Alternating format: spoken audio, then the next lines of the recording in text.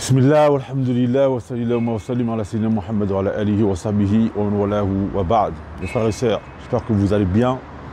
Moi ça va, alhamdulillah. Je vous filme en direct de Mecca.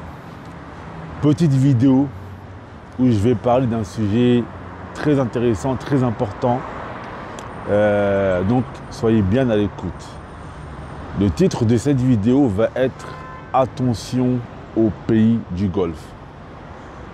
Il y a quelques années, et je pense que pour beaucoup d'entre vous, ça vous est déjà arrivé, lorsque je venais dans les pays du Golfe, tu arrives par exemple à Dubaï, tu arrives au Qatar, tu arrives au Koweït, tu vois tout le monde en camis, tu vois les femmes habillées en noir, tu arrives, tu vois les belles mosquées, tu vois, tu sens cette ambiance religieuse. Tu te dis, oh non, moi aussi, il faut que je vive cette life, cette best life. C'est un peu une sorte de rêve américain. Mais là, c'est le rêve golfien, c'est le golf.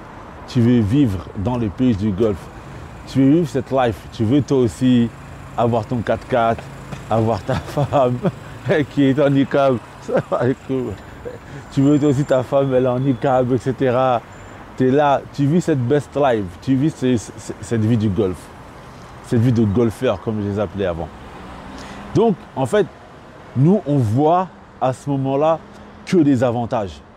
On voit que les avantages. Les avantages, c'est le gros 4x4, la grosse villa, ça parle arabe, tu entends du Coran, etc. Tu vois c'est préservé, tu vois que les avantages. Et tu ne vois pas forcément les inconvénients. Et ça, c'est l'erreur que beaucoup nous faisons. Et beaucoup de frères qui sont venus aller vivre en Arabie Saoudite, qui sont allés vivre au Qatar, au Koweït, etc. Plusieurs années après que ce côté émotionnel, après voilà, qui reviennent à la réalité, après avoir vécu là-bas, en fait, ils t'expliquent que la vie, elle n'est pas forcément aussi rose que celle-là. C'est pour ça qu'il faut faire attention aux pays du Golfe. Oui, il y a beaucoup d'avantages. Comme vous le voyez derrière moi, là-bas, des femmes en niqab. Et c'est presque ça que vous voyez tous les jours. Mais derrière ça, il y a énormément aussi d'inconvénients. Et le but de cette vidéo, c'est pas de vous dire non, on n'est pas allé dans les pays du Golfe, non. Mais c'est de vous dire, ne réfléchissez pas avec émotivité.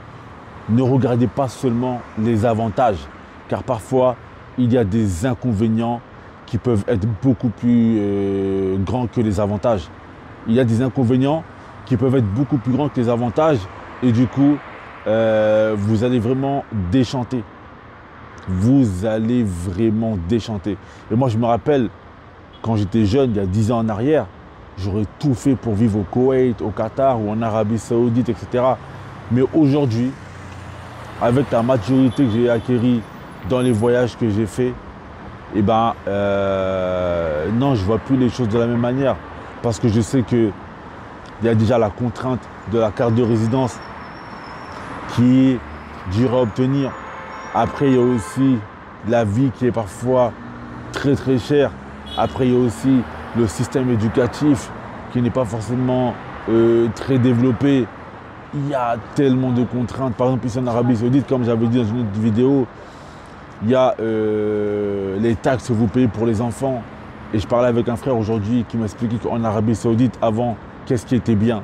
C'est que avant l'Arabie Saoudite, c'était un pays où la vie, elle était pas chère. Comparé à Dubaï, comparé au Qatar, comparé au Koweït, la vie était donnée.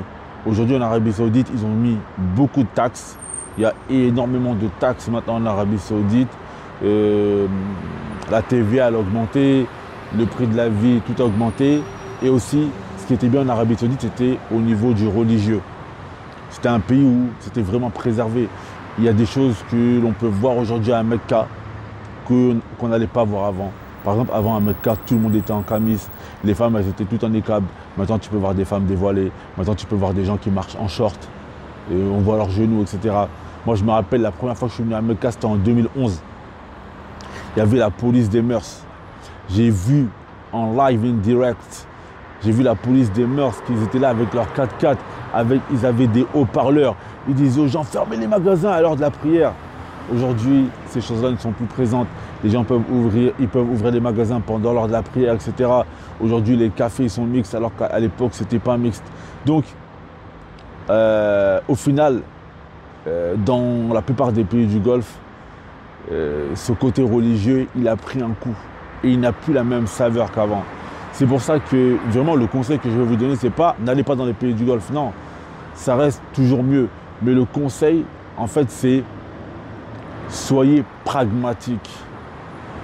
Réfléchissez pas avec la partie émotionnelle de votre cerveau qui voit tous ses avantages et qui, au final, elle ne prend pas en considération les éventuels inconvénients. Car parfois, lorsque l'on connaît les inconvénients, les avantages, ils n'en valent pas toujours la chandelle.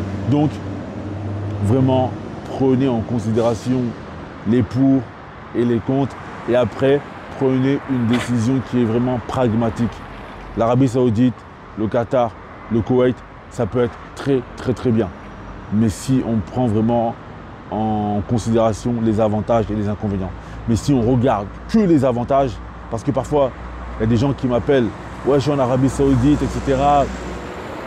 Je suis en galère, est-ce que tu peux faire une quête pour moi?